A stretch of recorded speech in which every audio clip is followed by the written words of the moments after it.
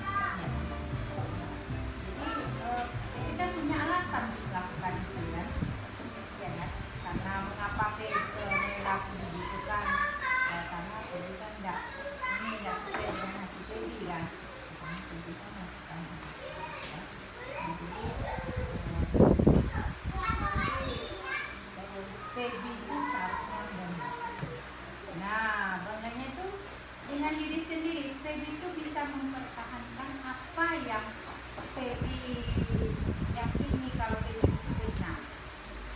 Nah, maksudnya Feby itu bertangkal dengan kawan-kawan tidak malah dengan orang tua malah akan kamu melawan. Nah, Febynya merasa benar di situ kan. Boleh mempertahankan sikap itu.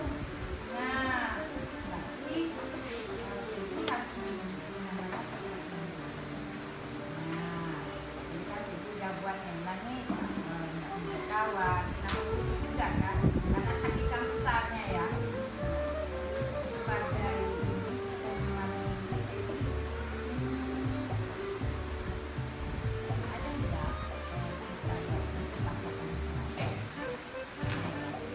Jadi kalau dinanti kita saya itu kelas kawan-kawan di kelas kita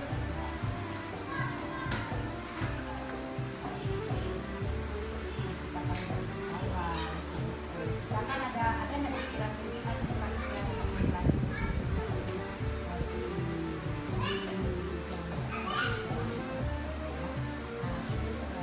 percaya lah dengan keakraban keluarga percaya lah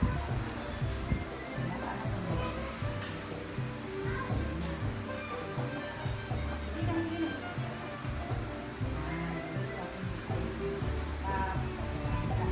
Terus nilai-nilai yang telah Feby sepakati dalam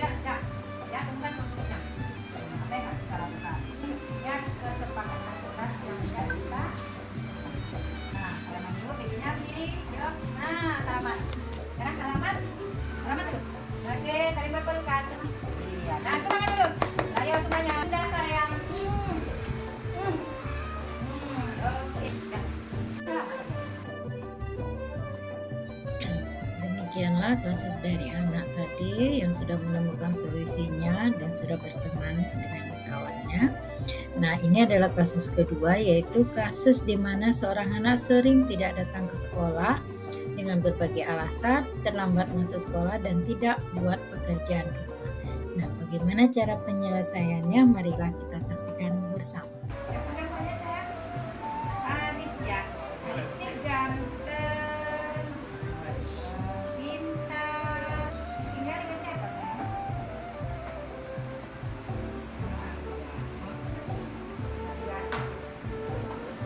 Yang Aris lakukan ini setelah pulang sekolah.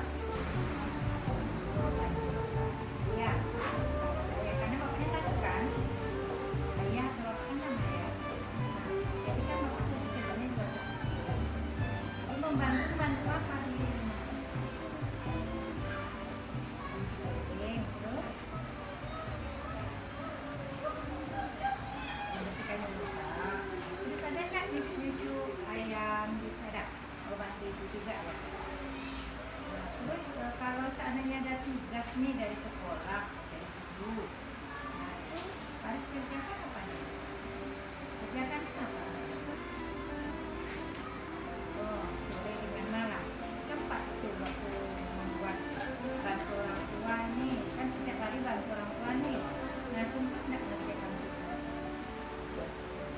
Tapi kalau ibu lihat nih ya, bunda lihat kalau ada tugas harus jarang ngerjakan.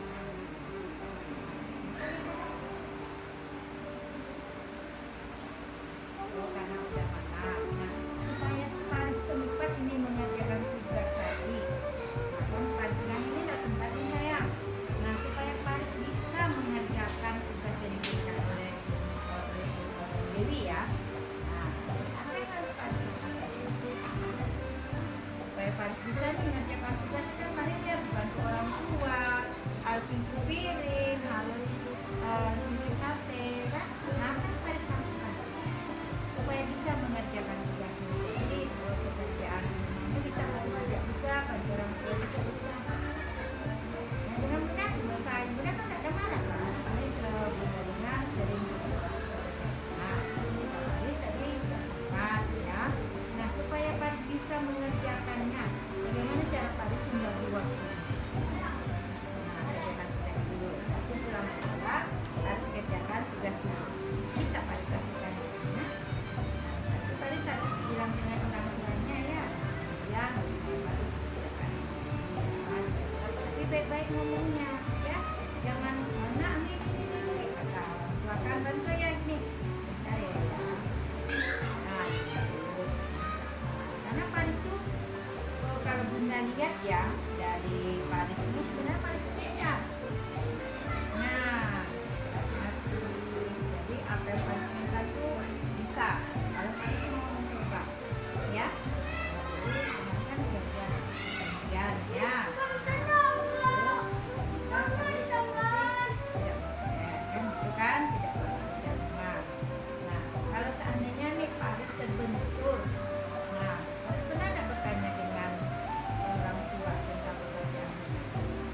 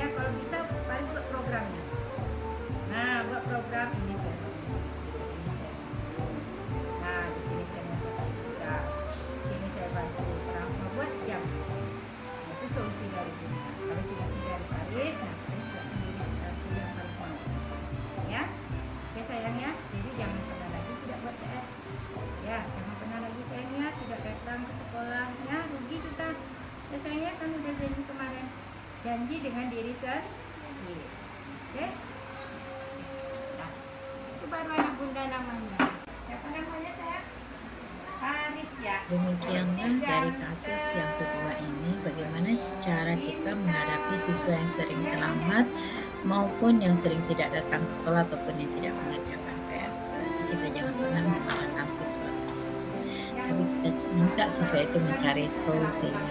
Jadilah coach yang baik untuk siswa dan guru kita. Oke, selanjutnya ini adalah testimoni dari siswa saya, bagaimana tanggapannya tentang segitiga restitusi yang telah dijalaninya.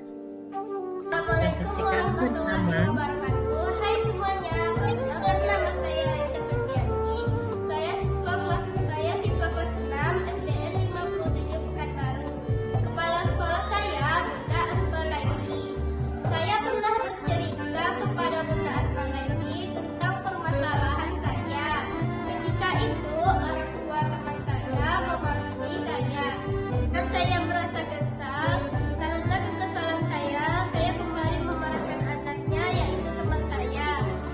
Kemudian saya bercerita kepada Bunda Asma Laili, tetapi Bunda Asma Laili sama sekali tidak memarahkan saya. Lalu beliau mengingatkan saya tentang kesepakatan kelas yang telah saya buat.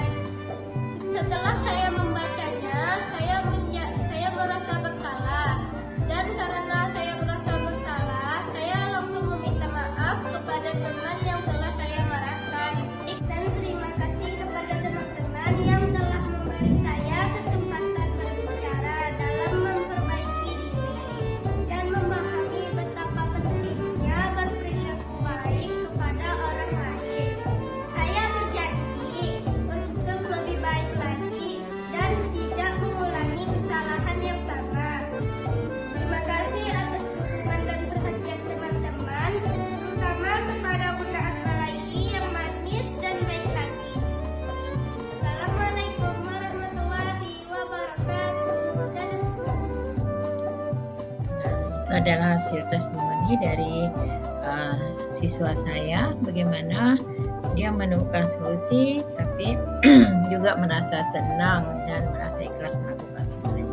Oke Bapak Ibu Guru yang hebat, terima kasih. Sampai jumpa di pertemuan berikutnya. Semoga hasil presentasi model 1.4A6 ini bermanfaat untuk Bapak dan Ibu semua.